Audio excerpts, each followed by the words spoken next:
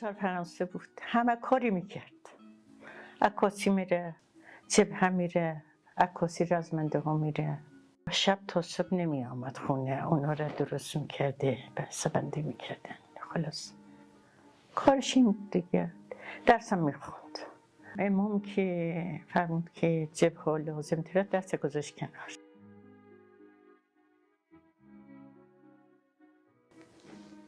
خیلی اخلاقش خوب بود، خیلی حالش با گفتش یکی. عاشق امام حسین بود. الان عکساش تو اون آلبومش دارم. کفم پوشیده از سینه زن، جلو وایساده از سینه زده، زنجیر داشت، لباس داشت. بریم اونجا سبح بود، میرفت اونجا مخابید که صبح زودتر باشن برن کدام مسجد. با زور میرفت اونجا یه وقت نهار بود، شب زودتر به هیئت فلان برسه. خودش اینجوری. بعد 2-3 هفته میامد میگم خب همه چون پیدا شدید که همه چیز فدای ما بشه. چیز نو نمیپوشید اصلا نداشت. 2 دست بیشتر لباس نداشت، 2 جفت کفش نداشت، بیشتر نداشت. همون سالی که میخواست بره من رفتم کفش ملی گفتم کفش بگیرم. کفش گرفتم، گفتن ناراحت شد. گفتم مامان برای چی؟ کی دیدی من چیز نو بپوشم؟ من نو نمیخوام بپوشم. رفت توی باغچه این کفشای نو زد توی این خاکه ها که کهنه، مثل کهنه.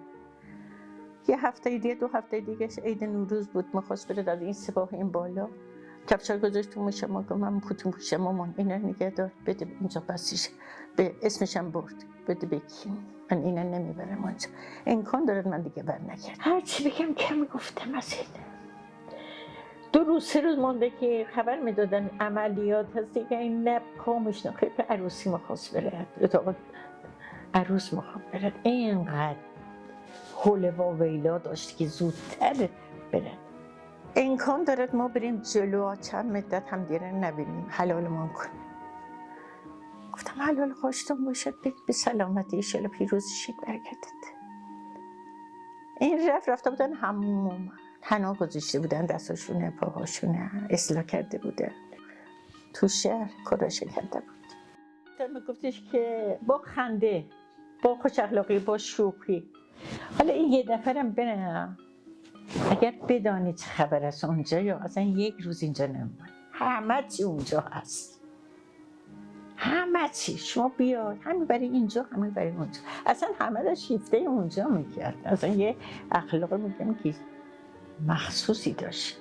بعد 3 سال با آرزوی رسید، سر خاک دنیا آمد، سر خاک بعد دنیا رفت.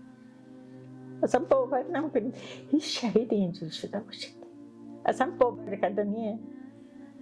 3 روز اینا داد زده بودن، 3 روز داد زده بودن، آب ندونسته بودن برن جلو، هیچکی ندونسته بود برن جلو. هیچی نمیگفت، فقط میگفت آب، آب به ما آب برسانید، آب. جلوی دجله بود اونجا که نیزاره است، در هور شهید شد. همه نیزاره دیگه قسمت بود است که باشه، فدای علی اکبر امام حسین. پدرش گفت من اسلحه همین زمین نمیذارم، من باید برم. خوش به حال اونا که رفتن، واقعا ما ماندیم چی کار کردیم. از خدا بخواید خدا صحابمون رو برسونه انشالله بیاد. خوش به حال. سلام مرم و علیو برسون.